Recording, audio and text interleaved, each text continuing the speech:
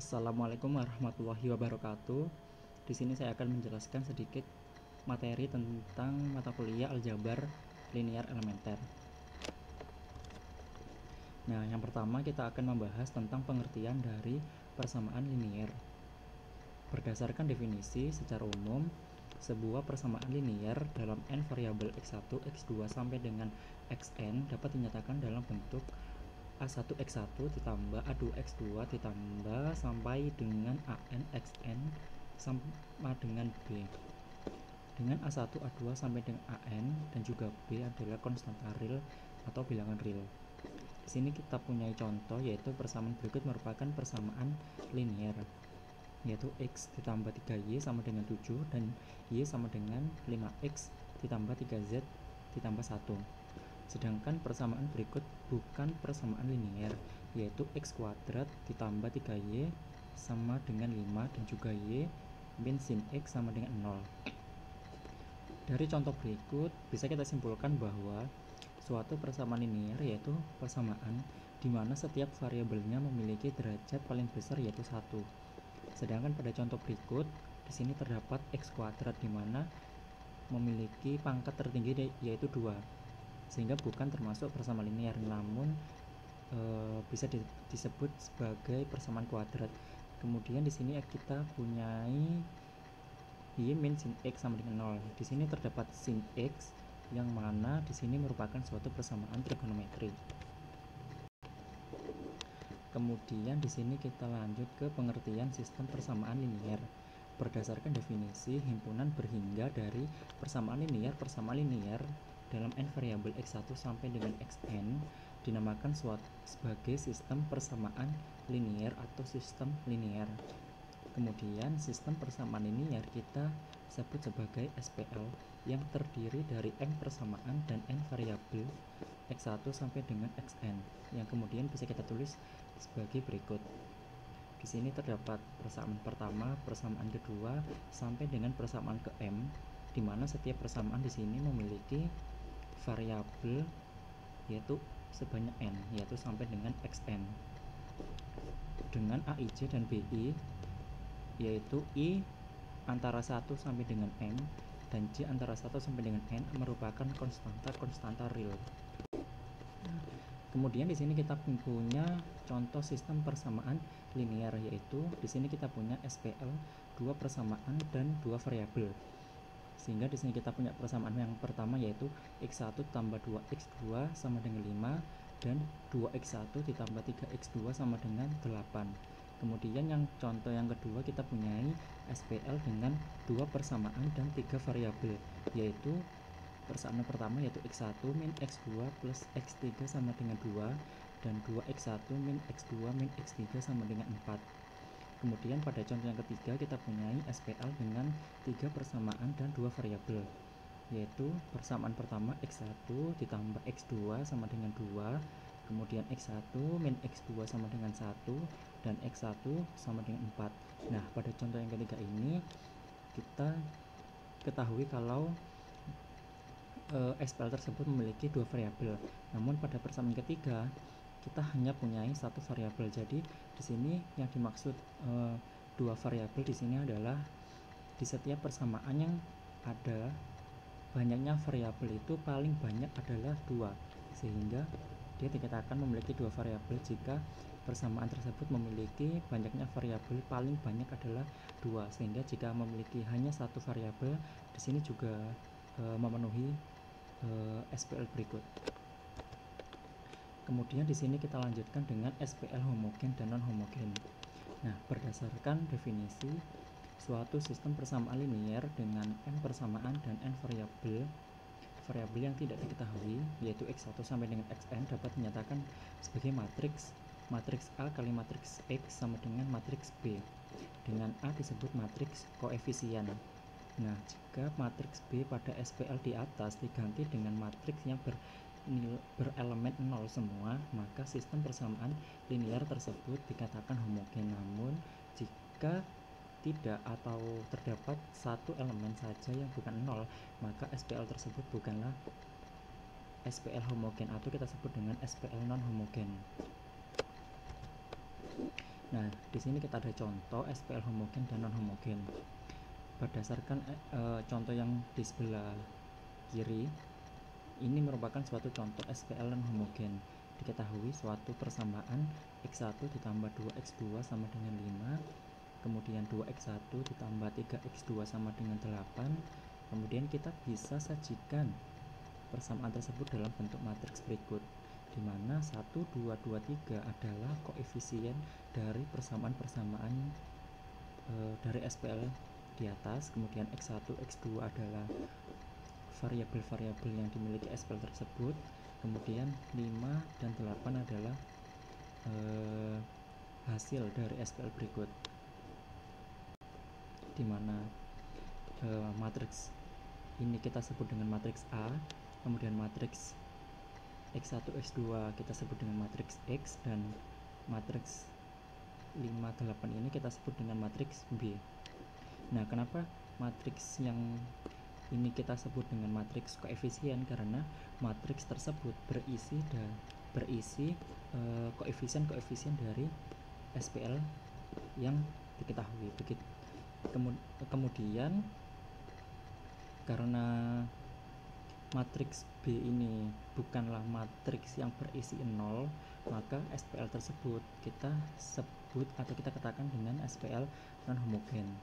Sedangkan pada contoh yang kanan, matriks B yaitu berisi elemen-elemen 0, sehingga SPL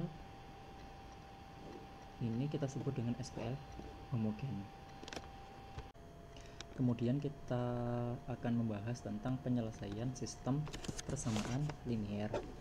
Nah, sebuah penyelesaian persamaan linier A1X1 ditambah A2X2 ditambah sampai dengan ANXN sama dengan B adalah sebuah urutan dari n bilangan, yaitu S1, S2 sampai dengan Sn, sehingga persamaan tersebut dipenuhi jika kita mensubstitusikan X1 sama dengan S1, X2 sama dengan S2 sampai dengan Xn sama dengan Sn. Nah, himpunan semua penyelesaian tersebut kita namakan dengan himpunan penyelesaian.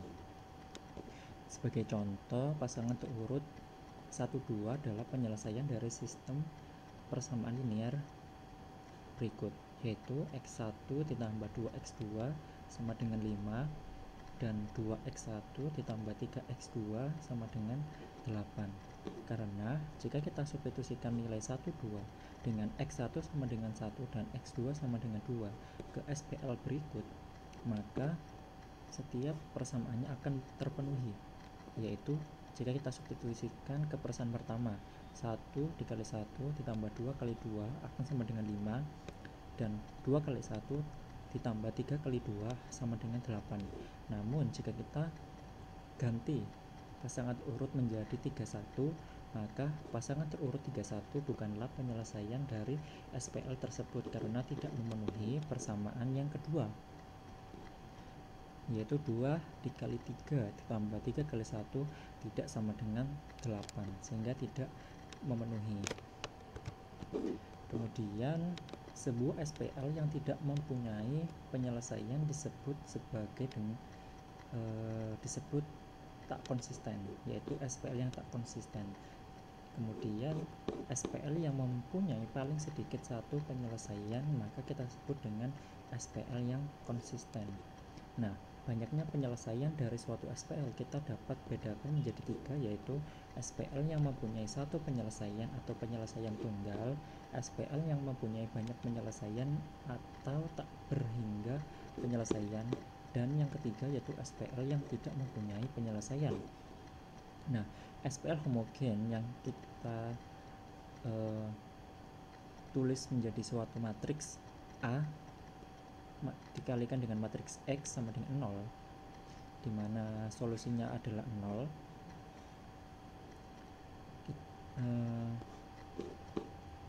Maksud saya yang mengakibatkan semua solusinya menjadi 0 atau X sama dengan 0, maka kita sebut dengan penyelesaian yang trivial. Jika ada penyelesaian lain yang tidak 0, maka penyelesaian tersebut kita namakan sebagai penyelesaian yang tak trivial. Kemudian kita akan membahas matriks diperbesar. Ingat bahwa suatu sistem persamaan linier dengan m persamaan dan n variabel yang tidak diketahui, yaitu x1 sampai dengan xn, dapat dinyatakan sebagai matriks AX sama dengan B. Nah, dengan matriks A yaitu matriks koefisien, dan untuk menyelesaikan SPL tersebut maka kita bentuk matriks diperbesar AB. Sebagai contoh, SPL non homogen berikut: x1 ditambah 2x2 sama dengan 5, 2x1 ditambah 3x2 sama dengan 8, disajikan dalam bentuk matriks 1, 2, 2, 3, dikalikan matriks x1, x2 sama dengan matriks 5, 8. Nah, matriks ini kita bisa tulis sebagai matriks yang diperbesar menjadi 1, 2, 5, 2, 3, 8, di mana kolom 1 dan kolom 2 berisi koefisien dari SPL yang diketahui, dan 5, 8 adalah nilai yang terdapat di ruas kanan. Kemudian kita akan membahas pengertian eselon baris. Berdasarkan definisi, suatu matriks dikatakan dalam bentuk eselon baris jika memenuhi, yaitu yang pertama, jika terdapat baris yang tidak semua elemennya 0, maka elemen pertama yang tidak 0 adalah 1, dan kita sebut sebagai satu utama atau pivot. Kemudian, jika terdapat baris yang semua elemennya adalah 0, maka baris ini kita letakkan pada baris paling bawah. Kemudian pada sebarang dua baris yang berurutan yang tidak semua elemennya 0, maka satu utama pada baris yang di bawah terletak di sebelah kanan dari satu utama baris yang ada di atasnya. Sebagai contoh, matriks ini adalah contoh untuk matriks yang berbentuk eselon baris, karena untuk baris yang tidak semuanya 0, maka elemen pertama atau elemen paling kiri adalah 1 di setiap baris. Kemudian untuk sebarang baris yang berurutan, katakanlah baris 1 dan baris 2, maka satu utama baris yang ada di bawah atau baris yang kedua berada di sebelah kanan baris yang pertama. Begitu pula dengan baris ketiga. Satu utama pada baris ketiga terletak di sebelah kanan satu utama pada baris yang kedua. Sedangkan pada contoh ini bukanlah bentuk eselon baris, karena untuk elemen yang berisi 0 semua, dia tidak berada pada baris yang paling bawah, namun dia berada di tengah. Sehingga kita dapat simpulkan bahwa matriks ini bukanlah bentuk eselon baris. Kemudian terdapat eselon baris tereduksi. Berdasarkan definisi, suatu matriks dikatakan dalam bentuk eselon baris tereduksi jika matriks tersebut dalam bentuk eselon baris dan pada masing-masing kolom yang memuat satu utama, elemen satu utama itu adalah satu-satunya elemen yang tidak 0. Nah, contoh ini adalah bentuk eselon baris tereduksi karena dia sudah dalam bentuk matriks eselon baris. Kemudian pada masing-masing kolom satu utama adalah satu-satunya matriks yang tidak 0. Bisa kita lihat pada kolom 1, dia ada satu adalah satu-satunya elemen yang tidak 0 pada satu utama pada baris yang pertama. Begitu pula dengan baris kedua, satu utama ini adalah satu-satunya elemen yang tidak 0 pada kolom kedua. Sedangkan contoh yang sebelah kanan adalah contoh bukan eselon baris tereduksi, karena satu utama pada baris kedua dia bukanlah satu-satunya elemen yang tidak 0, karena di sini ada 2 yang menyebabkan dia bukanlah berbentuk eselon baris tereduksi. Namun, misalkan matriks 0 ini adalah matriks Maksud saya elemen 0 ini adalah elemen 2, atau kita bisa tukarkan 0 dengan 2 sehingga 2-nya berada di sini, karena 1 ini bukanlah satu utama pada baris kedua, maka tentu matriks tersebut akan menjadi matriks eselon baris reduksi. Kemudian penyelesaian SPL dengan metode eliminasi Gauss dan eliminasi Gauss-Jordan. Nah, metode dasar untuk menyelesaikan sistem persamaan linier adalah dengan menggantikan sistem yang ada dengan suatu sistem baru yang mempunyai himpunan penyelesaian yang sama atau sistem yang ekivalen. Tetapi penyelesaiannya jauh lebih mudah. Sistem baru ini biasanya diperoleh melalui beberapa langkah dengan cara menerapkan 3 jenis operasi berikut untuk mengeliminasi secara sistematis variabel-variabel yang tidak diketahui, yaitu dengan cara menukar posisi dua persamaan, mengalihkan persamaan dengan bilangan real K dengan K tidak sama dengan 0, kemudian menambahkan kelipatan satu persamaan ke persamaan lainnya. Nah, kemudian pengertian operasi baris elementer. Karena baris-baris dari matriks yang diperbesar bersesuaian dengan persamaan-persamaan dalam sistemnya berkaitan atau SPL yang diketahui, maka ketiga operasi ini bersesuaian dengan operasi-operasi berikut pada baris-baris matriks yang diperbesar, yaitu menukar posisi dua baris, mengalihkan baris dengan bilangan real K dengan K tidak sama dengan 0, kemudian menambahkan kelipatan satu baris ke baris lainnya. Nah, ketiga operasi ini kita bisa sebut sebagai operasi baris elementer. Nah, kemudian kita lanjut ke metode eliminasi Gauss. Nah, berdasarkan definisi, proses menggunakan operasi baris elementer untuk mengubah suatu SPL dalam bentuk matriks diperbesar ke bentuk eselon baris disebut dengan metode eliminasi Gauss.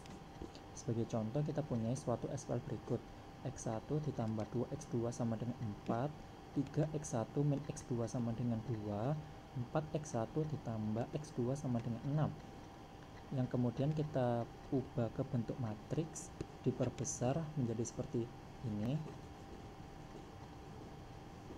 Tentunya kita akan sulit untuk menyelesaikan SPL berikut jika kita ketahui matriksnya seperti ini, sehingga kita lakukan operasi baris elementer dari matriks diperbesar awal.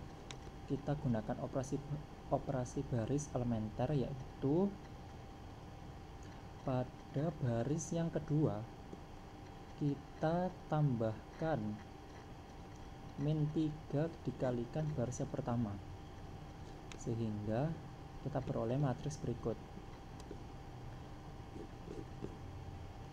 yaitu 3 karena 1 dikali min 3, kemudian kita tambahkan 3 menjadi 0, dan 2 kita kalikan min 3 menjadi min 6, terus kita tambahkan ke min 1 menjadi min 7, dan 4 kita kalikan min 3 menjadi min 12, kemudian kita tambahkan 2 menjadi min 10. Nah, kemudian kita lanjutkan operasi baris elementernya dengan kita tambahkan baris ketiga dengan baris 1 dan kita kalikan min 4.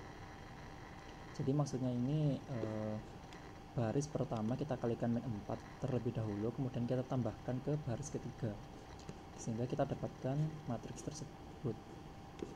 Nah, untuk penjelasannya yaitu 1 kita kalikan min 4, kemudian kita tambahkan 4 menjadi 0, kemudian 2 kita kalikan min 4 menjadi min 8, kemudian kita tambahkan 1 menjadi min 7, kemudian 4 kita kalikan min 4 menjadi min 16, min 16 kita tambahkan 6 menjadi min 10.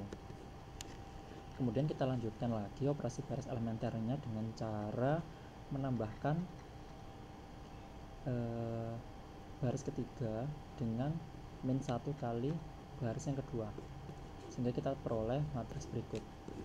Sebagai penjelasan, 0 kita kalikan min 1 sama dengan 0, kemudian kita tambahkan 0 menjadi 0, kemudian min 7 kita kalikan min 1 menjadi 7, kemudian kita tambahkan min 7 sama dengan 0, kemudian min 10 kita kalikan min 1 menjadi 10, 10 kita tambahkan min 10 menjadi 0.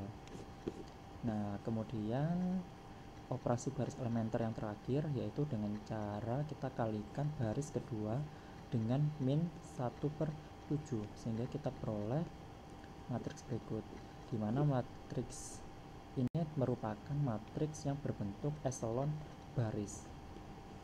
Nah, jika kita kembalikan seperti saat menyusun AX sama dengan B, matriks terakhir atau matriks ini menunjukkan suatu SPL X1 ditambah 2 X2 sama dengan 4 dan X2 sama dengan 10/7. Nah, SPL terakhir yang diperoleh merupakan SPL yang ekivalen dengan SPL awal. Nah, dari SPL ini kita bisa peroleh nilai penyelesaian yaitu X2 sama dengan 10/7 dan diperoleh X1 sama dengan 8/7, sehingga kita peroleh penyelesaian dari SPL berikut adalah X1 X2 sama dengan 8/7, 10/7. Nah, kemudian kita lanjutkan ke metode eliminasi Gauss-Jordan. Berdasarkan definisi, proses menggunakan operasi baris elementer untuk mengubah suatu SPL dalam bentuk matriks diperbesar ke bentuk eselon baris tereduksi disebut metode eliminasi Gauss-Jordan. Jadi jika kita bandingkan dengan metode eliminasi Gauss, yang membedakan adalah untuk metode eliminasi Gauss-Jordan ini kita ubah ke bentuk eselon baris tereduksi. Sedangkan untuk metode eliminasi Gauss, kita hanya mengubah bentuk matriks diperbesar ke bentuk eselon baris. Nah, sebagai contoh kita punya SPL berikut, yaitu X1 ditambah 2X2 sama dengan 4, 3X1 min X2 sama dengan 2, 4X1 ditambah X2 sama dengan 6. Selanjutnya kita ubah menjadi matriks diperbesar berikut. Kemudian kita lakukan operasi baris elementernya. Karena di sini SPL yang kita gunakan sama, sehingga kita lanjutkan pembahasannya ke bagian ini. Karena untuk sebelumnya sudah dibahas di metode eliminasi Gauss, sehingga kita hanya meneruskan langkahnya, yaitu dengan cara mengalihkan baris kedua dengan min 2, kemudian kita tambahkan ke baris 1. Nah, kita peroleh matriks berikut. Nah, matriks ini kita bisa katakan adalah matriks yang berbentuk eselon baris tereduksi, karena untuk setiap satu utama pada setiap kolom, yaitu satu utama pada kolom 1 dan satu utama pada kolom 2, dia adalah satu-satunya elemen yang tidak nol, yaitu 1, sehingga kita katakan sebagai matriks yang berbentuk eselon baris tereduksi. Kemudian jika kita kembalikan seperti saat menyusun AX sama dengan B, matriks terakhir menunjukkan SPL berikut, yaitu X1 sama dengan 8/7 dan X2 sama dengan 10/7, sehingga dapat kita simpulkan bahwa penyelesaian dari SPL berikut adalah X1 X2 sama dengan 8/7, 10/7. Nah, itu adalah penjelasan untuk materi aljabar linear elementer. Semoga bermanfaat. Wassalamualaikum warahmatullahi wabarakatuh.